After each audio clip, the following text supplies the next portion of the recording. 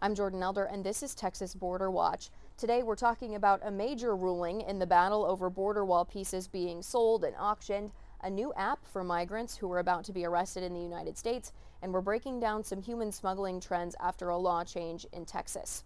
We're going to start out with the border wall.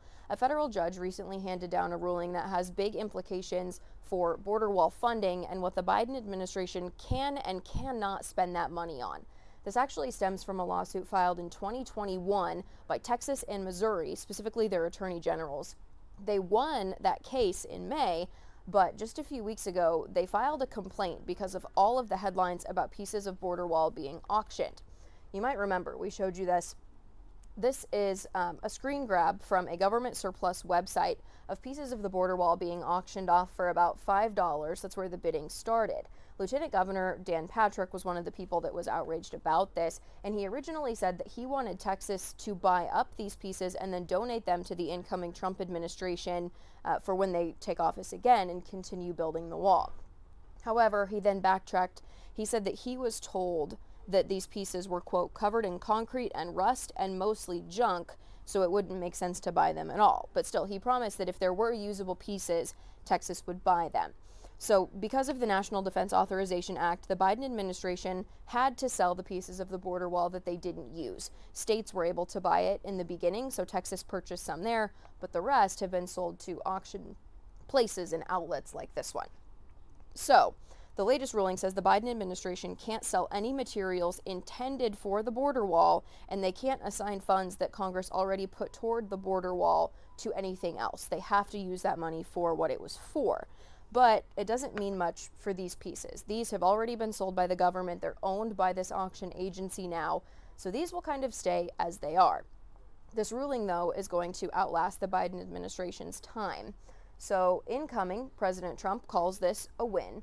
He says, in a major crucial win for America and our national security, a federal judge in Texas, based on papers we filed just a few days ago, has prohibited the Biden administration from selling any materials designated for the border wall. He goes on to say the judge has also ordered an investigation into the illegal selling of the materials. We also heard from Attorney General Ken Paxton here in Texas, one of the people who originally filed this lawsuit in 2021. He says, quote, "We have successfully blocked the Biden administration from disposing of any further border wall materials before President Trump takes office. We will hold his administration accountable for illegally subverting our nation's border security until their very last day in power."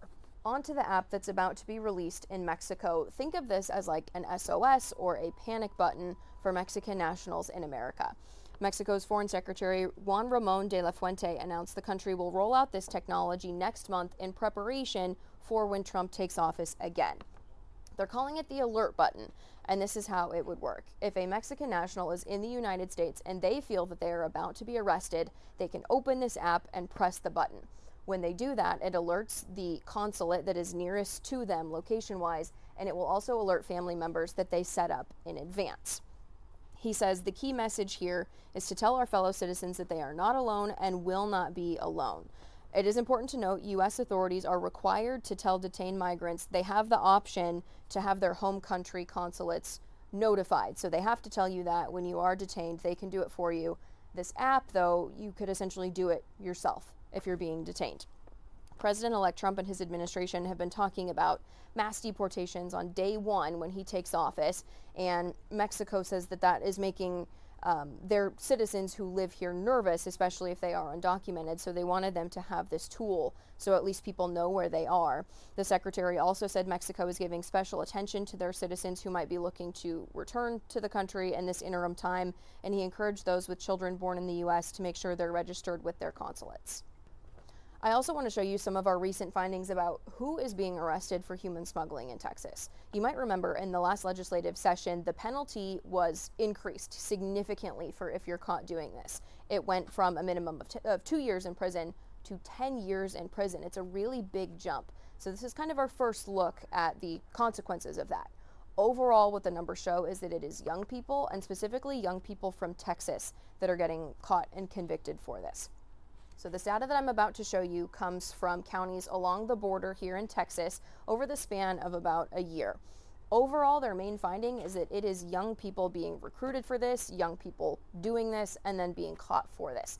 This long bar that you see right here is people 17 to 26 years of age. 47.5% of people that were caught in this time frame were young, 17 to 26. The oldest was about 71.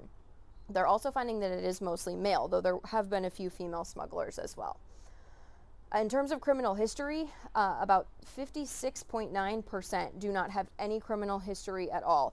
Experts tell us they weren't surprised by that because when cartels and coyotes come in and they're trying to recruit these people, they use that as a tactic. Specifically, they tell these young people, if you don't have a criminal history and you do get caught, they might have mercy on you. They might take it a little bit easier. And these young people might not know that they can get tried as an adult, and they probably will. So that is definitely something that is good to know. In terms of where the smugglers are coming from, it is predominantly people who live in the U.S., almost 92% there. These states in red are the top 5 where smugglers are coming from. Texas, by far the number 1. They go even further to break it down by city. Houston comes in at number 1 with about 22% of smugglers, followed by San Antonio at 14.7%. We spoke with an attorney who has seen cases like this and seen people be detained and arrested for human smuggling. He specifically talks about how cartels and coyotes are recruiting in high schools and what parents, school staff, and community members need to know to protect our young people from something like this. They're finding one kid, they're building the organization off of that, and then using that to convince others to try to make these runs to get these folks up to a major metropolitan area. Everybody in high school communicates through social media. It makes it that much easier for the government to investigate because once they get one of these kids with their cell phone, so not only do you have to get away with it, the next person, if you have recruited somebody, they have to get away with it also. And if they have messages to you, it is extremely easy for the government to backtrack that. And so you could successfully deliver the load, and then your social media messages can be tracked on the cell phone. And now, when you go past that Border Patrol checkpoint, everybody's on camera. There's cameras that are facing the vehicles, and they can see you. And all they have to do is match that license plate up to the social media text, and it's not hard to build a case under those circumstances also. That's it for this week's Texas Border Watch. I'm Jordan Elder. We'll see you next time.